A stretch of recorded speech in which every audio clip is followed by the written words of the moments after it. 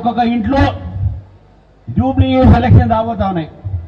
వాళ్ళు చెప్తా ఉన్నారు మజ్లిస్ పార్టీ సంబంధించినటువంటి ఒక ఇళ్లలో ఒక్క ఇంట్లో 100 ఓట్లు ఉంటున్నాయి, 60 ఓట్లు ఉంటున్నాయి.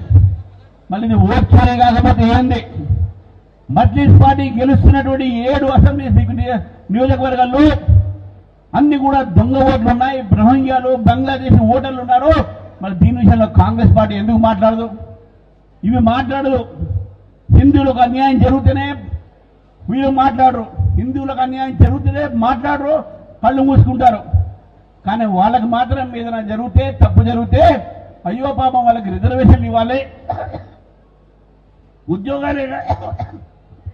ఉద్యోగాలే కాదు చదువులో కాదు వాళ్లకు రేపు సర్పంచ్లో మనకు రిజర్వేషన్లు ఇవ్వాలి, ఎంపీటీసీలో రిజర్వేషన్లు ఇవ్వాలి, జడ్పీటీసీలో రిజర్వేషన్లు ఇవ్వాలి ఆలోచన మాత్రమే ఉంది. కానీ తెలంగాణ ప్రజలను బాగు చేద్దామని చెప్పి ఆలోచన ఈ 2 పార్టీలకు లేవు.